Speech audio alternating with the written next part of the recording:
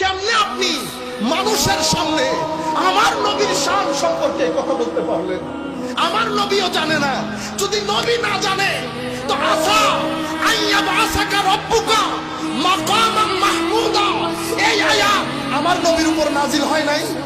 আমার নবীকে আল্লাহ বলছে অনতি বিলম্বে আমার পাশে মাকামে মাহমুদ সাজিয়ে রাসূল আমি আপনাকে বসাবো।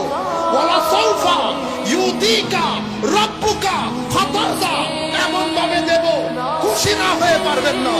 শেষ আমার আল্লাহ যখন কোরআন খতম করছে শেষে বলছেন হাবিব ইন্না আতাইনাকাল কাউসার, যাকে আমার নবী আমার আল্লাহ সাহেবে কাউসার করেছেন সেই রাসূলের শানে আপনি লাখ মানুষের মাঝবার মধ্যে বলতেছেন আমার নবীও বলে জানেন না আমার নবীর কি হবে।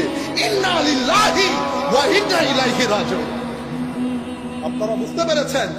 কারো ভিতরে কারো ব্যাপারে আমাদের কোনো মনোবিদ্বেষ নাই। আল্লাহ ওনাকে ক্ষমা করুক, কিন্তু আমরা বলছি কে কথা কেমনে বলতে পারলেন আপনি আমার নবীর? আপনি আমার নবীর শানে কেমনে এই কথা বললেন?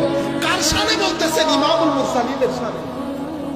যেই নবী বলতেছে আনা আকরামুল খালক, কিয়ামতের ময়দানে আনা হামিলু লিওয়াইল হামদ, লিওয়ায়ে হামদ আমার হাতে থাকবে, প্রশংসার পতাকা আমার হাতে থাকবে।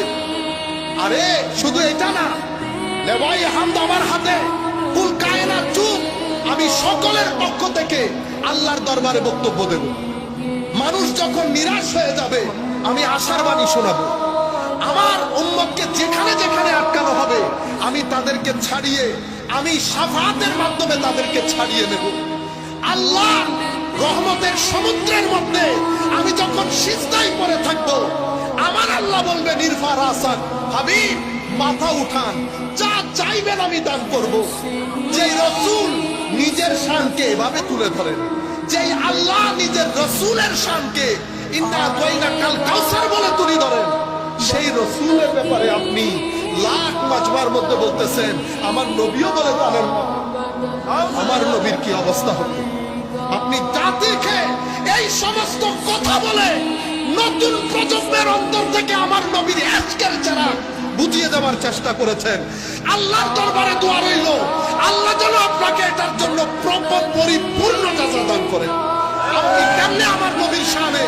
কারণ আমরা যখন বক্তব্য দেই আমাদের কথাগুলো ছেলেরা দলিল হিসেবে গ্রহণ করে। আপনি এমপি ছিলেন, আল্লাহ আপনাকে একটা বড় পর্যায়ে নিয়ে গেছে, লাখ মানুষের মধ্যে আপনি চেষ্টা